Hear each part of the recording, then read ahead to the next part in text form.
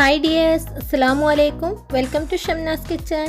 ഇന്ന് നമ്മളിവിടെ ഒരു ജ്യൂസാണ് റെഡിയാക്കുന്നത്, ഒരു ഷേക്ക്. ഇത് പപ്പായ വെച്ചിട്ടുള്ളൊരു ഷേക്കാണ്. അപ്പോൾ ഇതുവരെ ആരും ട്രൈ ചെയ്യാത്ത രീതിയിലുള്ളൊരു ഷേക്കാണ്. സൂപ്പർ ടേസ്റ്റാണ്. എല്ലാവർക്കും ട്രൈ ചെയ്ത് നോക്കാം.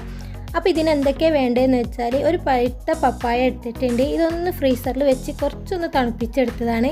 പിന്നെ എടുത്തത് ഒരു വലിയൊരു ഗ്ലാസ് തേങ്ങാപ്പാലാണ്, കോക്കനട്ട് മിൽക്ക്. ഇത് രണ്ടും വെച്ചിട്ടാണ് നമ്മൾ ഈ ജ്യൂസ് റെഡിയാക്കി എടുക്കുന്നത്. അപ്പോൾ ആദ്യം തന്നെ അതിന് വേണ്ടിയിട്ട് പപ്പായ ഒരു മിക്സിൻ്റെ ജാറിലേക്ക് ഇട്ട് കൊടുക്കുക. അപ്പോൾ പപ്പായ നന്നായിട്ട് തണുപ്പിച്ചെടുക്കണം കേട്ടോ, അപ്പോഴാണ് ഇതിൻ്റെ കറക്റ്റായിട്ടുള്ള ടേസ്റ്റ് കിട്ടുക. അപ്പോൾ ആരും തേങ്ങൻ്റെ പാൽ ഉപയോഗിച്ചിട്ട് ഈ ഒരു ഡ്രിങ്ക് റെഡിയാക്കിയിട്ടുണ്ടാവില്ല. അപ്പോൾ തീർച്ചയായിട്ടും നിങ്ങൾക്ക് ട്രൈ ചെയ്ത് നോക്കാം. സൂപ്പർ ടേസ്റ്റാണ്, ഒരു വെറൈറ്റി ടേസ്റ്റാണ്. അപ്പോൾ നമ്മളിതിലേക്ക് തേങ്ങൻ്റെ പാലും കൂടി ഒഴിച്ചു കൊടുത്തിട്ടുണ്ട്. ഇനി നമുക്കിതിലേക്ക് ആവശ്യത്തിനുള്ള പഞ്ചസാര ചേർത്ത് കൊടുക്കാം. അപ്പോൾ വളരെ സിമ്പിളായിട്ടുള്ളൊരു ജ്യൂസാണ്. അപ്പോൾ റംസാനിനൊക്കെ നമുക്ക് സെർവ് ചെയ്യാൻ പറ്റിയ നല്ലൊരു ഷേക്കാണ്. അപ്പോൾ തീർച്ചയായിട്ടും എല്ലാവർക്കും റെഡിയാക്കി നോക്കാം.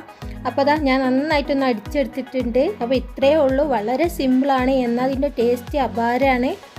അപ്പോൾ ഇതൊരു ഗ്ലാസ്സിലേക്ക് സെർവ് ചെയ്യുക. ഇനി നിങ്ങൾക്കിത് കുറച്ച് ലൂസിലാണ് വേണ്ടത്, ഇത്ര തിക്കായിട്ട് വേണ്ടാന്നുണ്ടെങ്കിൽ ഐസ് ക്യൂബ്സോ അല്ലെങ്കിൽ ഐസ് വാട്ടർ ഒഴിച്ചിട്ട് ഇത് ലൂസാക്കി എടുക്കാവുന്നതാണ്. അതിനൊന്നും കുഴപ്പമില്ല. ഇനി തേങ്ങാപ്പാലിൻ്റെ അളവും ഓരോരുത്തരുടെ ഇഷ്ടത്തിനനുസരിച്ച് കൂട്ടുകയും കുറക്കുകയൊക്കെ ചെയ്യാം. ഞാനെടുത്ത് അത്ര തന്നെ എടുക്കണം എന്നൊന്നുമില്ല. കൂട്ടിയാൽ കൂടുതൽ ടേസ്റ്റ് ആയിരിക്കും. നല്ല തിക്കായിട്ടുള്ള പാലെടുക്കാൻ പ്രത്യേകം ശ്രദ്ധിക്കുക. വെള്ളം പോലെയുള്ള പാലെടുക്കാതെ നല്ല തിക്കാക്കിയിട്ട് തന്നെ എടുക്കുക.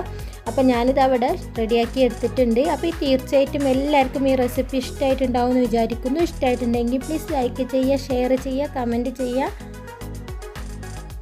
ചാനൽ സബ്സ്ക്രൈബ് ചെയ്തിട്ടില്ലെങ്കിൽ പ്ലീസ് ഒന്ന് സബ്സ്ക്രൈബ് ചെയ്യുക, സപ്പോർട്ട് ചെയ്യുക. അടുത്തന്നെ നല്ലൊരു വീഡിയോയുമായി വീണ്ടും കാണാം. അതുവരേക്കും താങ്ക് യു ഫോർ വാച്ചിങ്.